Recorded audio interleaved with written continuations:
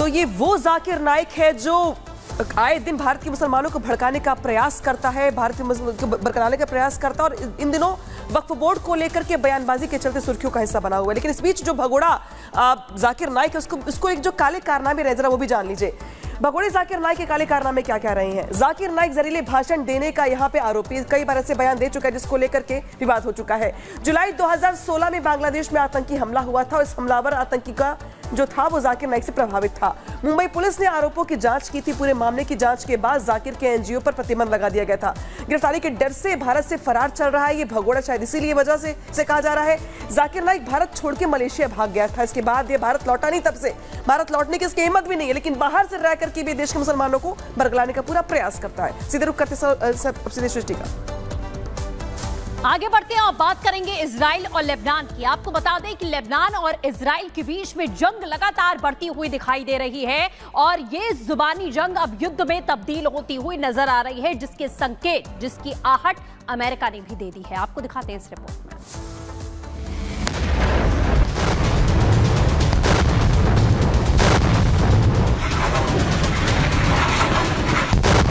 क्या Israel Lebanon युद्ध का अलार्म बज गया?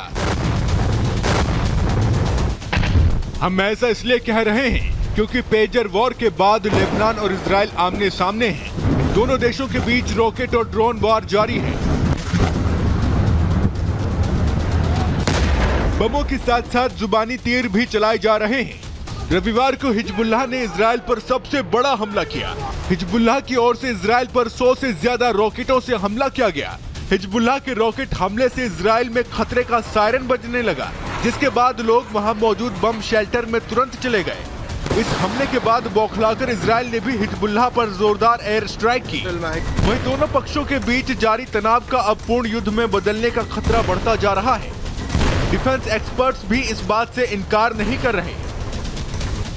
देखिए क्या हो रहा है, अभी आप देखें तो ग्राउंड ऑपरेशंस के पहले, जिसके लिए उन्होंने इजराइल में 3 डिवीजन वहाँ पर लगाए हैं।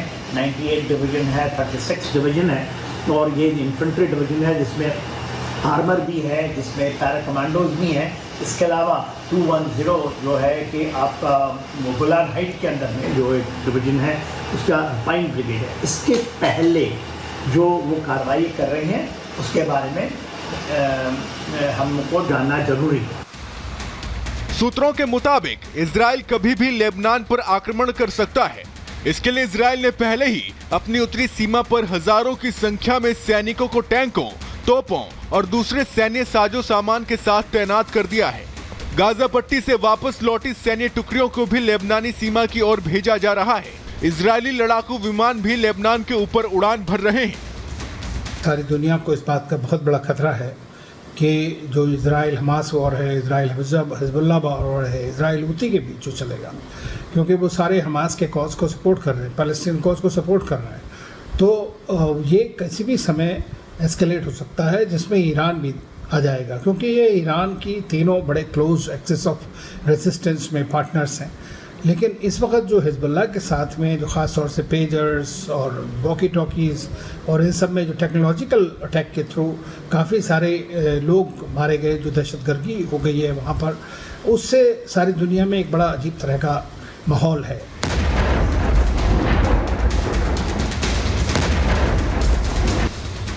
वहीं इजराइल के प्रधानमंत्री बेंजामिन नेतन्याहू ने भी लेबनान को इशारों में समझा दिया। नेतन्याहू ने रविवार को कहा कि तेल अवीव ने हाल के दिनों में लेबनान में सशस्त्र समूह हिजबुल्लाह पर ऐसे हमले किए हैं जिनकी वो कल्पना भी नहीं कर सकता था। अगर हिजबुल्लाह ने संदेश नहीं समझा है तो मैं आपसे वादा करता हूं कि वो संदेश को समझेगा। लेबनान के दक्षिणी और इजराइल के उत्तरी इलाके का माहौल इस वक्त ठीक नहीं है,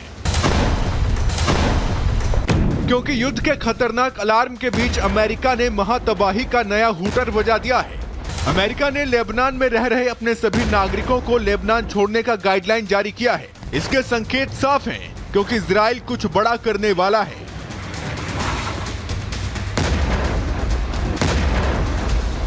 ब्यूरो रिपोर्ट, रिपब्लिक भारत। और चलिए अब बात करते हैं इंडियन आर्मी के अदम्य साहस की, जिसमें एक तरह से कहें कि बड़ी उपलब्धि शामिल हो गई है। सियाचिन से इंदिरा पॉइंट तक का सफर कैसे तय किया गया और कैसे एक नया कीर्तिमान स्थापित किया गया है, 1 मिनट की रिपोर्ट में दिखाते हैं। भारतीय सेना क्या कुछ कर सकती है ये पूरी दुनिया जानती है। एक बार फिर भारतीय सेना की टेरिटोरियल आर्मी ने अनोखा कारनामा कर दिखाया है। मौका था टेरिटोरियल आर्मी के प्लेटिनम जुबली सेलिब्रेशन का, जिस मौके पर सेना ने सियाचिन ग्लेशियर से इंदिरा पॉइंट तक लगभग 5,500 किलोमीटर की दूरी तय की है। इस एक्सपीडिशन की शुरुआत सियाचिन ब्रिगेड के कमांडर ने सियाचिन ग्लेशियर से हरी झंडी दिखाकर की। 21 सितंबर को टीम 54 दिनों की लंबी यात्रा पूरी करते हुए इंदिरा पॉइंट पहुंची। टीम ने इंदिरा पॉइंट पर पानी के अंदर तिरंगा फहराया, जो भारत का सबसे दक्षिणी छोर है और 2004 की सुनामी के दौरान पानी में डूब गया था। 22 अगस्त को टीम दिल्ली पहुंची थी, जहां उन्होंने नेशनल वॉर मेमोरियल पर श्रद्धांजलि अर्पित की। इसके बाद उन्होंने आगे की यात्रा शुरू की और इंदिरा पॉइंट तक पहुंचे और पानी के अंदर भारतीय सेना और राष्ट्रीय ध्वज को फहराया। Bureau report, Republic Bharat. और यहाँ रुके छोटे से ब्रेक के लिए। ब्रेक के बाद भी खबरें लगातार जारी हैं। ब्रेक के बाद दिखाएंगे आपको राहुल पर शाह का पाकिस्तान वाला